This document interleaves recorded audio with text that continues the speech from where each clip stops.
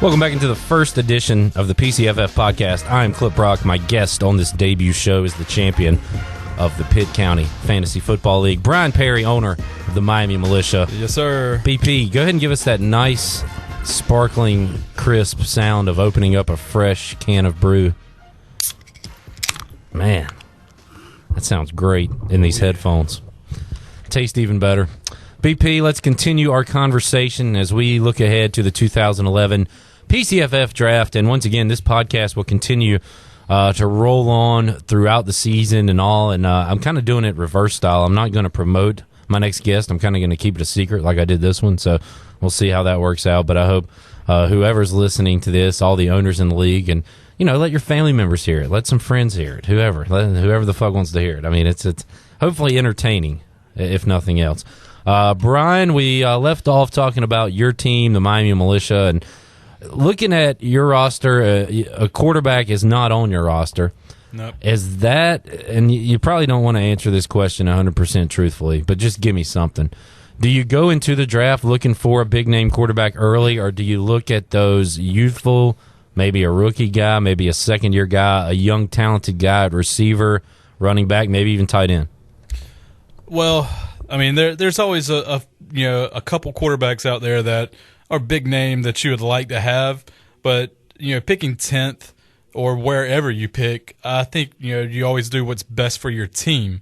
Quarterbacks are pretty deep. I think there's probably 4 or 5 teams that already have a quarterback, and I would say there's at least 5 quarterbacks out there that are quality starting quarterbacks for PCFF teams. So I'm not in a dire need to get a quarterback. I wouldn't mind waiting until 3rd, 4th, even 5th round if the right person was there at the right time. But again, it's all about who's there whenever you pick.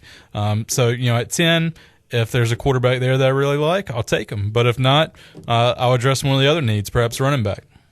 Okay, I've heard 2 trains of thoughts. I've even had both of these trains of thoughts when it comes to quarterbacks.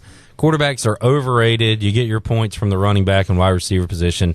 Or quarterbacks are underrated. If you don't have a good one, you're missing out on what could be 18, 20 points a week. Quarterbacks, underrated or overrated, or is it too tough to call? I mean, it depends on the quarterback. Too tough to call. I mean, last year with us winning the championship again, I know we talked about that, but yes, we won the championship. Yes, Miami won. Yeah, and we had Aaron Rodgers, who was a very prolific scorer in our league. The other year that I made it to the championship, my initial year, I had fucking Brad Johnson. So I mean. And actually, the championship game, he didn't even play. I had to fucking pick up Sean King. By the way, he did change his name to fucking Brad Johnson. Well, that's his official name right now. Yeah. He's a fuck up. So, quarterbacks, it's good to have that guy you can rely on to give you, 20 to 30 points a game. But if you, say you draft a running back over that quarterback and you draft a running back that's going to give you, 20 points, then, it kind of offsets. So, a solid quarterback gives you 15 points per game, whereas a stud gives you 20-plus points a game. Yeah. If you end up getting a running back, a stellar running back over, a weaker running back, then, it kind of evens out. So I'm not saying they're overrated or underrated. Again, just wherever your needs are, you pick at that point. And going off memory, you picked 5th last year? I believe so. And you picked Aaron Rodgers in the first round? I picked right after you. Didn't you pick 4th? I picked Jonathan Stewart, who you said you wanted to take. I wanted, and I thank you now. No shit. Part of my championship is because of you. And selecting Aaron Rodgers 5th overall, a large part has to do with Arian Foster in the 8th or 9th round whenever I took him. Yeah. And the other guys having career years were big parts of it. But I tip my cap to you, Mr. Brock, for selecting Jonathan Williams, so I didn't take that fuck up. Jonathan Stewart. I might take Jonathan Williams this year in the first round. Sorry, Jonathan Stewart. Here's a good one for you. I want to ask this one to everybody I talk to. How focused are you once the draft hits round 6, round 10, and beyond? And I'll say this with that question. We get there maybe an hour, maybe even 2 hours before we start drafting. Immediately a beer is cracked. The food is on the grill. And once those beers get flowing, maybe you lose focus. But I'll ask you, can you stay focused throughout the whole draft? When do you start fading a little bit? No, you can't stay focused. Too many beers, too many sausages, too many hot wings in the belly.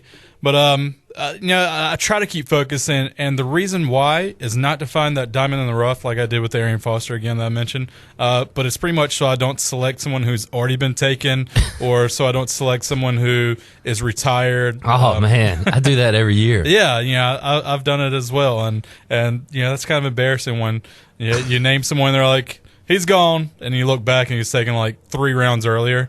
So 6th round, I'm still paying attention. 10th round, I just don't want to pick someone who hasn't been taken. Yeah. After that, I just kind of pick up the sheets and find a name that jumps out. Yeah, just a name that you recognize at that point. By that point, I'm ready to eat some more wings. PCFF draft, one of the best days of the year for you. Well, I mean, that goes without saying, doesn't it? Without saying. I just had my first child, Oh, so obviously that was the best day of the year for me.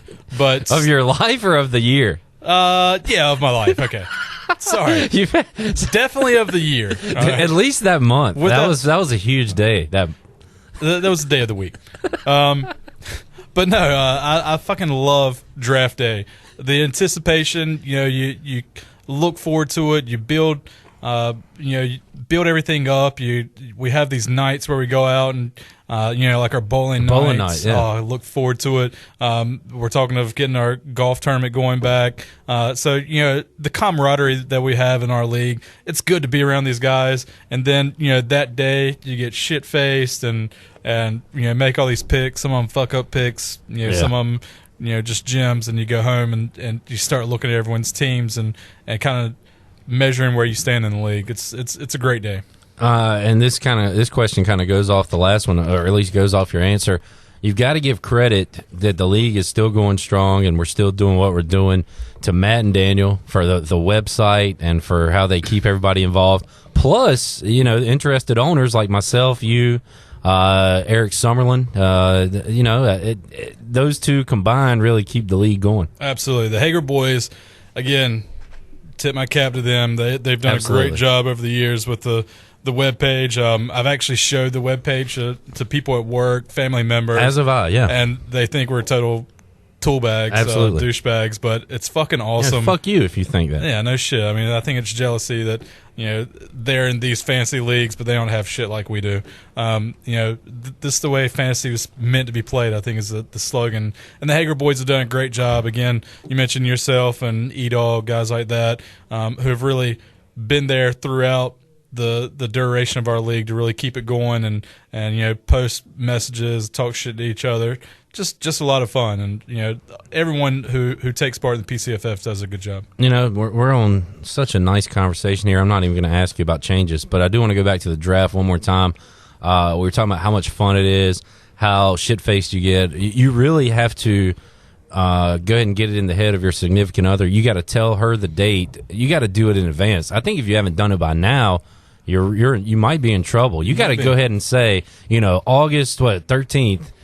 I'm gone for the day. Fuck, I told her the 14th. Well, either way. No, I'm kidding. No, yeah, I've already set it up. You might have an extra day then to recover afterwards. Nice work. Yeah, I already set it up. She mentioned something about going to see her family, and sometime this summer. I was like, whoa, what day? And she was like, sometime late August. I was like, all right. As long as it's not... The later, the better. Yeah, as long as it's not August 13th, we're good. She was like, why? I was like, draft day, babe. She was like, shit. Yep. She just shook her head. I pretty much get that same reaction at home. She knows the deal. It's going to be all day, drinking, come home, pass out. Not worth a shit. Yep. Nah, won't be worth a damn. Next day, kind of the same thing. Just laying around. BP, you've been our first guest here on the podcast because you are the champion, so I thought we'd give you that honor. And once the season gets going, there'll be recaps, game balls, all that handed out on the weekly podcast. Other than owner interviews, anything else you'd like to see that? Because, I mean, I'm hosting it, but I want everybody to be involved in it. What kind of stuff would you like to hear on the podcast? I don't know. Maybe eventually doing some dumbass skits like you've done in the past. Shall we introduce awesome. that? Yeah, or even I think it was last year, a year before, you did a great thing on the website, Running with Emmett.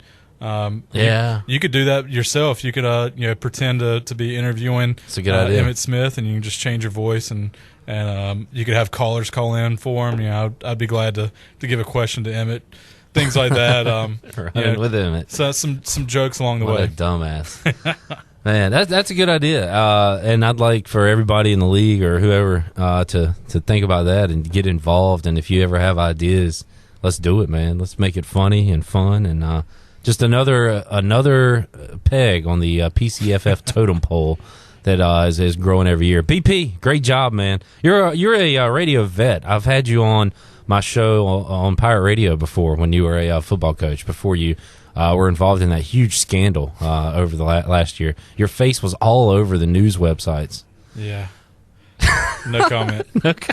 All right. Brian, thanks, man. Enjoyed it. Love it, bud. Appreciate it. And we'll certainly get you on again as the year rolls on. Hey, and next year you'll probably start out with me again. So. Okay. Yeah, go ahead and send that message out to all the PCFF owners. Calling his shot. I like it. There we go. That's it for week 1 of the PCFF podcast. I hope you enjoyed it. We're coming back next week with a brand new show, a brand new guest. For BP, I'm Cliff Brock. We'll see you next week. Appreciate it, man.